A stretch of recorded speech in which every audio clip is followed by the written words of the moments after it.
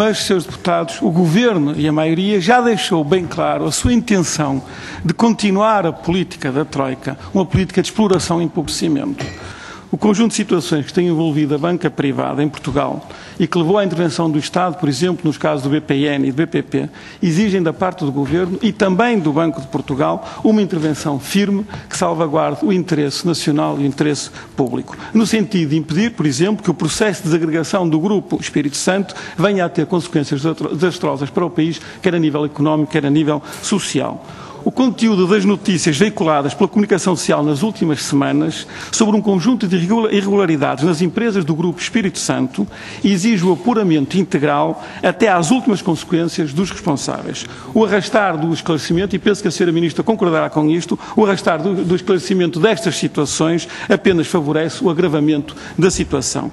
É inadmissível que, perante a gravidade da situação e a possibilidade real de se ir a repetir uma situação semelhante àquela que ocorreu com o BPN ou o BPP, o Governo afirme não ter que se imiscuir na situação do Grupo Espírito Santo e o Governador do Banco de Portugal continua a escudar-se no sigilo.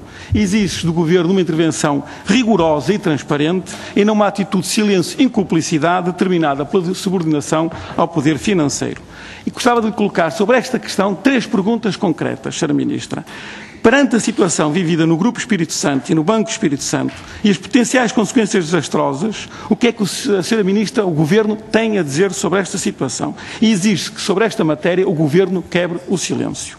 Uma segunda pergunta, perante as notícias sobre o eventual envolvimento, e digo eventual envolvimento de administradores do BES em situações ilícitas, considera que esses administradores podem continuar a exercer funções no sistema financeiro. E, por fim, perante o sério risco de virem a ser adotadas medidas de reestruturação do Banco Espírito Santo que passem pelo despedimento de trabalhadores, milhares de trabalhadores, o que é que o Governo pretende fazer, ou o que é que o Governo está a fazer para salvaguardar os postos de trabalho e garantir, salvaguardar os direitos dos trabalhadores? Sr. Deputado Paulo Sá.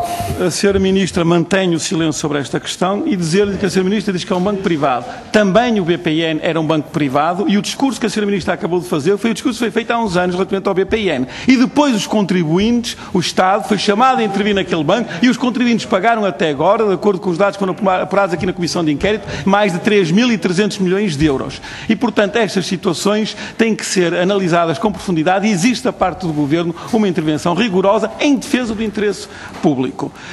Outra questão que lhe gostava de colocar, Sra. Ministra, é relativamente aos dados que foram divulgados hoje pelo INE, que mostram que o déficit orçamental atingiu 6% no primeiro trimestre de 2014, muito acima daquilo que era a meta do Governo.